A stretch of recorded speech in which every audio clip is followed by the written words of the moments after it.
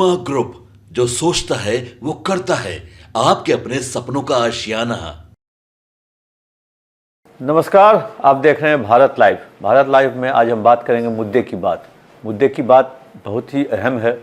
और हम बिहार के 3 ऐसी सीटों के बारे में बात करेंगे जहां यादव, राजपूत, भूमिहार और मल्ला में लगी है हारा हाकी। आप समझ सकते हैं क्या होगी। तो आखिरकार वो कौन सी ऐसी 3 सीट है जिस पर इन 4 जातियों के बीच में कहे जो हारा-हाकी लगी हुई है, एक तरह से एक दूसरे को पछाड़ने के लिए लगे हुए हैं। बाबा, आप ही से समझते हैं वो बिहार की कौन ऐसी सीट है जिस पे राजपूत, यादव, भूमिहार और मल्लाह डिसाइडेड फैक्टर है, कहीं कोई। तो इस सब के बीच में एक तरह से कहे जो भागम दौड़ या हारा-हाकी जो शब्द हमने यूज किया है वो लगा हुआ है। देखिए चंदन जी, पिछले 2-3 दिन से लगातार जो हम नेताओं के बयान सुन रहे हैं, उस बयान में एक बार फिर से 2014 से पहले वाली जो राजनीति और रणनीति चल रही थी चुनाव लड़ने की, लगभग वहाँ पहुँचता हुआ सब कुछ मामला दिखाई दे रहा है। एक सीट पर आप आकलन करके देख लीजिए, जो हम लोग कर भी रहे हैं, तो आपको नज़र आएगा कि कहीं भी 2019 की तरह आप नहीं कह सकते हैं या 2014 की तरह नहीं कह सकते हैं कि भारतीय जनता पार्टी एज में है। केक वॉक नहीं है। सीधी सी बात आप समझ लीजिए कि इसके पीछे का कारण क्या है। तो इसका सबसे बड़ा कारण जानते हैं क्या है? तो जातीय आंकड़ा, जातीय गणना करा करके नीतीश कुमार ने, हम कई बार ये बात बोल चुके हैं, आपको ये पता चल जाए कि फलाने जगह का टिकट का दाम इतना है, तो फिर घर से भी बैठ के आप कटवा लीजिएगा, आपको पूछने की जरूरत नहीं पड़ेगी। ये सारी चीज़ें कहीं ना कहीं इस बात की तरफ इशारा करती है कि एक जब आपके पास डाटा हो, आंकड़ा हो, तो उस आंकड़ा के हिसाब से आप चीज़ों को तय कर लेते हैं। बिहार में जो लोकसभा का चुनाव चल रहा है उसमें 2-3 बातें बहुत महत्वपूर्ण हैं। पहली बात ये कि एक नए समीकरण की तरफ जो भारतीय जनता पार्टी गैर भाजपाई दल है, जिनका एक गठबंधन है, इंडिया गठबंधन, वो इस बार एक नए समीकरण की तरह लड़ रहा है। एमओआई समीकरण तो उसके पास था ही। अब आप मान लेते हैं कि आप रिजर्वेशन करना चाहिए, आपको जनरल बॉगी में रिजर्वेशन मिला हुआ है चेयर कार का, और आपको कहे कि नहीं भैया चेयर कार हमको दे दीजिए और एसी में आप चलिए ना, एसी 2 टियर में चलिए, 3 टियर में चलिए, आपको बुरा थोड़े लगेगा? नहीं लगेगा बुरा। आप आराम से सफर कर सकते हैं। यही हुआ है कि लालू प्रसाद ने कहीं ना कहीं इस बार जो एक नया समीकरण गढ़ा है, बहुत दिन के बाद लालू प्रसाद इतना एक्टिव राजनीति में नजर आ रहे हैं। हालांकि शारीरिक रूप से एक्टिव नहीं है उतना, यदा कदा कहीं जा रहे हैं, बेटी के प्रचार में गए थे, नॉमिनेशन में गए थे, यहाँ एक आध कुछ जगह जा रहे हैं, लेकिन असल में वो घर में बैठ करके, आप याद कीजिए ना, जब सरकार बनी थी महागठबंधन की, तो लालू प्रसाद प्रेम में नहीं थे। उसके बाद जब सरकार 2 महीना, 3 महीना, 4 महीना हो गया, तो लालू प्रसाद परमानेंट यहाँ आकर के खूंटा गाड़ दिए कि बिना उनके इस सरकार को चलाना मुश्किल होगा। इससे पहले 2015 भी याद कीजिएगा, लालू प्रसाद के डिसीजन और उनके इंटरफेरेंस के चलते ही सरकार गिरी थी। ये बात नीतीश कुमार ने स्पष्ट कहा था। और इस बार भी कारण चाहे जो भी बतावे नीतीश कुमार, आपको एक चीज़ तो याद होगा कि लालू प्रसाद का करता रहो, आओ चाह पियल जाओ। अब यहाँ से जाड़ हो जाता था नीतीश के देह में, अरे बाप रे बाप, जाएंगे तो अब क्या कहेंगे, बोलो नहीं इला ना आ रहल बनी, घर ही रही हो। फिर यहाँ से लालू प्रसाद तेजस्वी को लेकर चल जाते थे उनके डेरा पर, फिर जाड़ हो जाता था नीतीश को, अरे बाप अब क्या बोलेंगे। और ये जो प्रेशर है ना, ये नीतीश कुमार हैंडल नहीं कर पाते हैं। सबका प्रेशर हैंडल कर लेंगे, लेकिन लालू प्रसाद जब सामने आते हैं ना, तो उनको या तो खुन्नस हो, या ये लगता हो कि इनसे हम आगे निकल गए हैं, या ये लगता हो कि इसको तो इस आदमी को तो अच्छी तरह जानते हैं, कभी भी कोई झटका मार सकते हैं। यही बात हुई है इन 3 सीटों में। इन 3 सीटों पर पूरी तरह से आप देखिएगा तो लालू प्रसाद का प्रभाव है, और लालू प्रसाद इन सभी सीटों को इन्फ्लुएंस करते हैं। इस सीट पर समीकरण की बात अगर करें तो यादव भी उसी ही अनुपात में है। इन तीनों सीटों की मैं बात कर रहा हूँ। राजपूत उसी अनुपात में है, भूमिहारों का अपना दबदबा है, मल्लाहों का अपना दबदबा है। यानी कि घुमा फिरा कर देखा जाए तो निर्णायक भूमिका में यही है। इसमें अगर 4 जो जाति हम बताए हैं, उसमें से एक जाति आप राजपूत को छाट दीजिए, तो भारतीय जनता पार्टी कहीं दूर दूर तक नजर आ रही है क्या? या जो इन 3 सीटों पे जो यादव मल्लाह तो साफ तौर पे उनके यादव है, मल्लाह है, मुस्लिम है ही, तो बचता कौन है? राजपूत बच जाते हैं। अब इस पूरे समीकरण में राजपूत और भूमिहार मिल करके, और दोनों के बीच का जो रिश्ता आपको पता है कि एक नदी का ही किनारा था, वो दूसरा नदी का वो किनारा है, दोनों को मिलाना बड़ा मुश्किल है। यही कारण है कि 15% सवर्ण होने के बाद टिकट चाहे जितना भी दे दीजिए आप, लेकिन डर बना रहता है। अब ये 3 सीटें जो हैं, ये तीनों सीट एक दूसरे से सटे हुए हैं।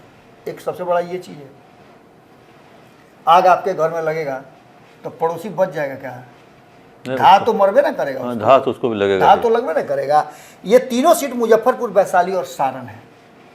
केंद्र बिंदु कहाँ है? सारण। अब सारण से आप मुजफ्फरपुर जाइए या सारण से वैशाली आइए, ये केंद्र बिंदु है। और केंद्र बिंदु में कई ऐसे सीट हैं जो मुजफ्फरपुर के एकदम सटे हुए हैं विधानसभा के। सारण से कई ऐसे सीट है जो वैशाली से सटे हुए हैं। वैशाली का तो बहुत सारा विधानसभा है जो मुजफ्फरपुर में सटा हुआ है।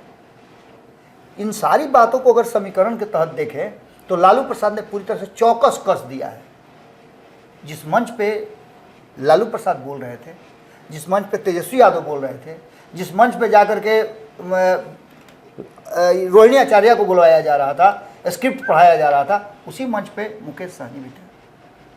मुकेश सहनी और मुजफ्फरपुर, ये दोनों का संबंध आप समझिए कैसा है। निषाद, जिस व्यक्ति को टिकट उन्होंने दिया 2019 में, हार गए बुरी तरह से, आज वो वहां से उम्मीदवार हैं भाजपा के। जो आदमी उनको हराया वो उम्मीदवार है महागठबंधन से। जिस आदमी के चलते मुकेश सहनी को भाजपा से दूरी बनी, वो आदमी मुकेश सहनी का सबसे परम प्रिय मित्र है। ये राजनीति है और यहाँ अस्थायी दोस्त अस्थायी दुश्मन नहीं होता है। निश्चित रूप से ये इन्फ्लुएंस करने वाली बात है। अब यहाँ जो स्थिति है, इसमें दोनों ही खेमे में हाराहाकी लगी हुई है। अब जैसे आप मुजफ्फरपुर की बात कर लीजिए, मुजफ्फरपुर में राजभूषण निषाद और अजय निषाद, इन दोनों के बीच में टक्कर है। इसमें मुकेश सहनी तो तब राजभूषण के साथ थे, इस बार वो अजय निषाद के साथ हैं। सारी दोस्ती दुश्मनी अलग अपनी जगह पर रख दिए और उनके लिए प्रचार करना शुरू कर दिए। यहाँ मल्लाहों का इन्फ्लुएंस होता है कैप्टन जयनारायण निषाद के साथ, समझिए। दूसरा सबसे महत्वपूर्ण बात, ये भी तो उन्हीं के पुत्र हैं, अजय निषाद। वही अजय निषाद की बात बता रहे हैं। वो कम से कम 5 या 6 बार सांसद अलग दलों से रहे हैं, लेकिन वो जीतते रहे हैं। अब यहाँ का सबसे बड़ा जो मामला है वो है कि भूमिहार यहाँ एकदम मुंह टकटकी लगा के देख रहे हैं। अब देखिए, सुरेश शर्मा की बात कर लीजिए, अजीत शर्मा की बात कर लीजिए, ये सारे लोग, अजीत कुमार जो पूर्व मंत्री हैं, ये सारे लोग जो हैं टकटकी लगा के देख रहे थे कि भारतीय जनता पार्टी छुएगा तो छान लेंगे। मेरी इन लोगों से कई बार बात, अजीत कुमार को तो वैशाली के लिए कह भी दिया गया था बीजेपी की तरफ से। कई बार इन लोगों से बातचीत हुई है। ये लोग जिस तरह से भूमिहार ब्राह्मण का कोई संगठन चलाते हैं, उस संगठन को लेकर के भी उसमें कौन बड़ा कौन छोटा लेकर के एक दूसरे से दूरियां भी बनी, बहुत सारी बातें खुल करके सामने आई।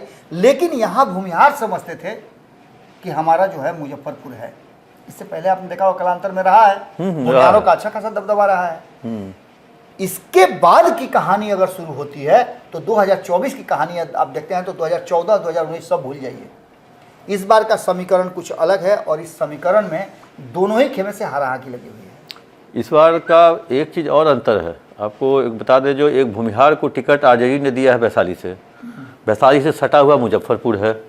मुजफ्फरपुर में भी मुन्ना शुक्ला का वर्चस्व है। वहाँ उनके सभी भाई, भुटकुन शुक्ला हो, छोटन शुक्ला हो, मुन्ना शुक्ला हो, उनका कलमबाग चौक पे घर भी है। तो वो इन्फ्लुएंस हो सकता है महागठबंधन को, उसको वहाँ फायदा इसका मिल सकता है। क्या मैं वही बात में कह रहा था कि एक ऐसा ये जोड़ है, गठजोड़ है कि ये खूंटा है। इस खूंटे में जो जितनी भी रस्सियाँ बंधी हुई है सब इस खूंटे से अगल बगल नहीं जाएगी। किसी में हिम्मत नहीं कि इस खूंटा तुड़ा के चल जाए। ये तीनों सीट एक दूसरे से सटा हुआ है। हम चर्चा इसीलिए न कर रहे हैं इसकी।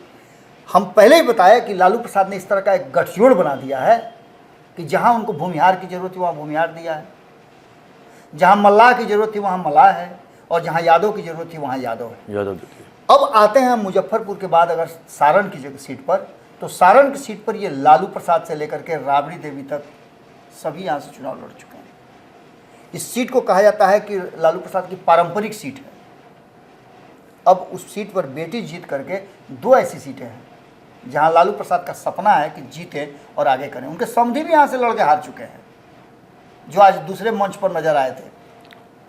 आप भी खबर कर रहे थे कि चंद्रिका राय जो है वो भाजपा के और राजीव प्रताप रूढ़ी ने आज अपने भाषण में वो सारा चीज का वर्णन किया, चंद्रिका राय की बेटी के साथ क्या किया। बिल्कुल, एक खबर भी आप लोगों ने किया था कि हो सकता है कि चुनाव मैदान में उनकी ननद के सामने भौजाई आ जाए, ये भी बात हो सकती है। तो यहाँ के समीकरण जो है यादव इन्फ्लुएंस करते हैं, लेकिन यहाँ राजपूतों का एक अच्छा खासा आंकड़ा है जो कहीं ना कहीं आप समझिएगा कि राजीव प्रताप रूढ़ी वहाँ है, तो सीधे तौर पे आप वैशाली से अगर जोड़ करके देखते हैं तो राजपूत तो वोट देगा राजीव प्रताप रूढ़ी को, लेकिन वहाँ के भूमिहार किसको वोट देंगे?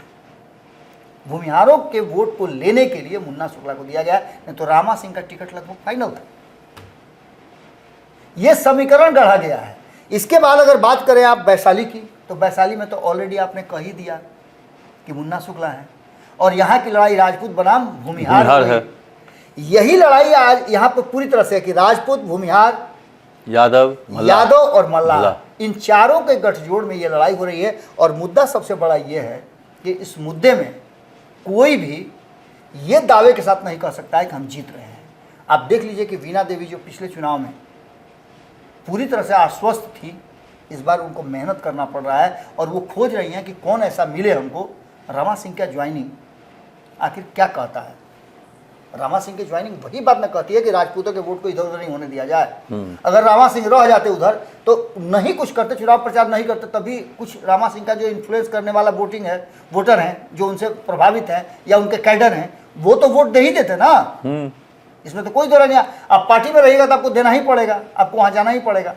तो वर्तमान जो परिस्थिति बनी है उस परिस्थिति में साफ साफ नजर आ रहा है कि इस चुनाव को भी आप मुद्दा आधारित नहीं करके जातीय आधारित होते हुए देखिएगा। और ये जातीय जो गठबंधन है, जातीय आंकड़ा है, एक बहुत इंटरनल बात है कि भारतीय जनता पार्टी को काफ़ी नाराजगी थी नीतीश कुमार के अपने कैंडिडेट को नहीं बदलने का, और उसी गुस्से में भारतीय जनता पार्टी ने भी अपने कैंडिडेट को नहीं बदला है, क्योंकि लग रहा था कि कहीं नीतीश कुमार सही फैसला तो नहीं कर रहे हैं। क्योंकि आगे चलने वाला जो बैल है उसके पीछे चल वाला जो हर का बैल होता है ना, उसी लीक पे चलता है। उसको लगता है कि आगे वाला तो ठीक है चल रहा है, तो उसी के लीक पर चलता है। ये परंपरा अभी भी कायम है, लाख कोशिश कर लीजिए, लेकिन आप बिहार को कभी भी जातीय समीकरण से अलग होकर के किसी भी चुनावी रणनीति और रणनीति में नहीं देख सकते हैं। अब ये दिलचस्प बात ये होगी कि मुकेश सहनी कितना वोटों को ट्रांसफ़र करा पाते हैं, क्योंकि वो तो बेचारे अब ऐसा स्थिति में फंस गए हैं कि हमारा सुरक्षा छीन लिया गया, तो हम गंगाजल लेके कसम खाए थे, हम उप मुख्यमंत्री बनेंगे तो सब कुछ बदल देंगे। ये सारे ख्वाब हैं, हाइपोथेटिकल बातें हैं, और हाइपोथेटिकल बातों पर कितना बिहार के लोग भरोसा करते हैं ये देखना दिलचस्प होगा। ये जातीय समीकरण जो है ये कहीं ना कहीं बिहार का भविष्य बन गया है, भाग्य बन गया है, सौभाग्य कह लीजिए, दुर्भाग्य कह लीजिए, जो कह लीजिए, लेकिन इससे बाहर नहीं निकला है। होना है। यही कारण है कि बिहार के लोगों को ये हक भी नहीं है कहने का कि हमारा बिहार विकास नहीं कर रहा है। विकास तभी हो सकता है जब आप जाति, अन्न, फंद से हट करके, एक बहुत बढ़िया मैं आर्टिकल कहीं देख रहा था, किसी पत्रकार ने लिखा था, और हम जिसकी चर्चा भी किए थे पिछले चुनाव में, आपको याद होगा जब सेकंड राउंड का चुनाव चल रहा था, किशनगंज पूर्णिया, अररिया, माफ कीजिएगा, किशनगंज पूर्णिया, कटिहार वगैरह का चुनाव चल रहा था, भागलपुर का, तो हमने कहा भी था कि देख लीजिए लाइन में आप देखिए चेहरे, साफ नजर आएगा कि कितना एग्रेसिव वोटिंग मुसलमान करता है और किस तरह की वोटिंग हिंदू करते हैं। आराम से घर में बैठ करके टीवी पर देखते रहेंगे हम, चल रहा है वोटिंग, लाइन लगा हुआ है, अच्छा हम भी दे देंगे, हम जाएंगे सेकंड हाफ में जाएंगे। हाँ, दे देंगे आराम से, जब सब धूप जब कम होगा तो निकलेंगे। एकदम जाएंगे, पहले खाना वाना खा लें उसके बाद जाएंगे। तुम भी चलोगे वोट देने? पत्नी से बात कर रहे हैं, बच्चा लोग तुम लोग क्या करोगे जी, जाओगे वोट देने? नहीं, आप ही आके देख के आ जाइए, हम लोग को छोड़ दीजिए। से कहेगी सुनिए ना, ऐसा कीजिए ना, आप ही चल जाइए ना। अरे हमको भेजोगे अकेले, बड़ा गर्मी लग रहा है। अच्छा शाम में जाएंगे, शाम में गए तो लाइन लगा हुआ है, ओह बड़ा कष्ट है, इतना देर कौन खड़ा रहेगा, छोड़ो जाते हैं। आए पता है, जानती हो अच्छा कि तुम नहीं गई, इतना लंबा लाइन लगा हुआ था। लेकिन वहीं आप मुसलमानों में देख लीजिए, यादव समाज में देख लीजिए, जहां यादवों का वर्चस्व है। ये महागठबंधन के वोटरों में ये चीज नहीं है कि यादव और मुस्लिम। आप दलितों में भी देख लीजिए, हाँ, दलित भी एग्रेसिव वोटिंग करते हैं। वोट जिसको भी दे, आप वोट देने भी नहीं जाइएगा, आप घर में बैठ करके किचन में बैठा के खाना बना करके खाइएगा। इसे सुने हैं कि का दो इधर मैच चल रहा है, आईपीएल का मैच चल रहा है, तो उसमें स्विगी भी कुछ छूट दे रहा है। हाँ। तो टेस्ट लीजिएगा वहाँ मैच बैठ कर। उस दिन इत्तेफाक सरकारी छुट्टी भी रहती है। लेकिन आप वोट देने नहीं जाइएगा, आपको हक नहीं है। हम अगर कह रहे हैं कि यादव, राजपूत, भूमिहार और मल्लाहों का ये चुनाव है तो आपको बुरा नहीं मानना चाहिए, क्योंकि इसी पर सब कुछ आधारित है। लेकिन हम लोग तो अपने चैनल के माध्यम से अपील करेंगे जो लोग निकले वोट देने के लिए, शुरू दिन डे 1 से लेकर के हम लोग लगातार, जब से चुनाव की घोषणा हुई है तब से हम लगातार आग्रह कर रहे हैं कि निकलिए, वोट दीजिए। आपके एक वोट पे आपको लगता है कि कुछ नहीं होने वाला है, लेकिन इस देश का मुस्तकबिल बदलने वाला है। हम लोग मुद्दे की बात में चर्चा कर रहे थे बिहार की वैसे 3 सीटों पर, मुजफ्फरपुर, सारण और वैशाली, जो एक तरह से कहे राजपूत, भूमिहार, यादव और मल्लाह, ये सारे डिसाइडेड वोट है। कहीं पे भूमिहार, कहीं पे मल्लाह, कहीं पे राजपूत। तो एक तरह से कहें जो इस बार पार्टी जो है, मतलब लालू प्रसाद ने गेम तो किया है, उन्होंने राजपूत को भी टिकट दिया, उन्होंने भूमिहार को भी टिकट दिया है, ताकि वो सारे वोट, अब वो कितना वो कैंडिडेट अपने आधार पर, जी एक ही भूमिहार को, एक ही यादव राजपूत को दिया है, लेकिन ऐसा दिया है ना को नाथ दिया है। तो एक वो कहीं भूमिहार को देकर के तीनों सीट पर एक पॉकेट में दे दिया है। एक मतलब एक खास तरीके का जो पॉकेट है, जिससे अगल बगल के संसदीय क्षेत्र भी प्रभावित होंगे। जैसे वैशाली से सारण, सारण से वैशाली, वैशाली से मुजफ्फरपुर, मतलब ये सब सीटें जो है एक दूसरे के ही चौहद्दी में है। तो वैसे सीटों पर लालू यादव ने ऐसा पेच फंसा दिया है जो एनडीए के लिए परेशानी का कारण हो सकता है। एनडीए सोचने पर मजबूर हो गई है और इसीलिए बड़े बड़े नेता का लगातार दौरा बिहार चल रहा है। आज भी राजनाथ सिंह बिहार में थे, आज भी जेपी नड्डा बिहार में थे, सारण में थे आपको राजनाथ सिंह, जेपी नड्डा ने अररिया में दिया भाषण। तो बीजेपी को आखिर इतने बड़े बड़े नेताओं को बिहार में मंच उपलब्ध कराने की आखिरकार लालू ने विवश कर दिया। यही हरा की है ना, यही हरा के दिल्ली से सीधे पटना, पटना से फिर दिल्ली। राजनाथ सिंह ने कहा भी कि भाई हमको और भी कहीं जाना है। मैंने हरा की लगा हुआ है। हाँ, तो मतलब कहें जो लालू ने एनडीए के माथे पे पसीना जरूर ला दिया है। आप देख रहे थे मुद्दे की बात, देखते रहिए भारत लाइव। कैसा लगा मुद्दे की बात, अपना कमेंट जरूर हमारे कमेंट बॉक्स में डालें, ताकि आगे और अच्छा से अच्छा आप तक अपनी बात हम पहुंचा सके। पनोरमा ग्रुप, जो सोचता है वो करता है। अगर ये वीडियो पसंद आई और वह बिहार के राजनीति और बिहारियत से सरोकार रखेनी तो सब्सक्राइब बटन दबा के चैनल के सब्सक्राइब कर ली। ओजे एगो घंटी बा, ओकरा बटन दबा देला से कुल सटीक और मारक खबर रुआ मुफ्त में मिल जाई। अगर रुआ पत्रकारिता के हमनी के नया प्रयोग में सहयोग कर चाहतानी तो ज्वाइन बटन दबा दी। पेटीएम नंबर नोट कर ली 9386816700। धन्यवाद।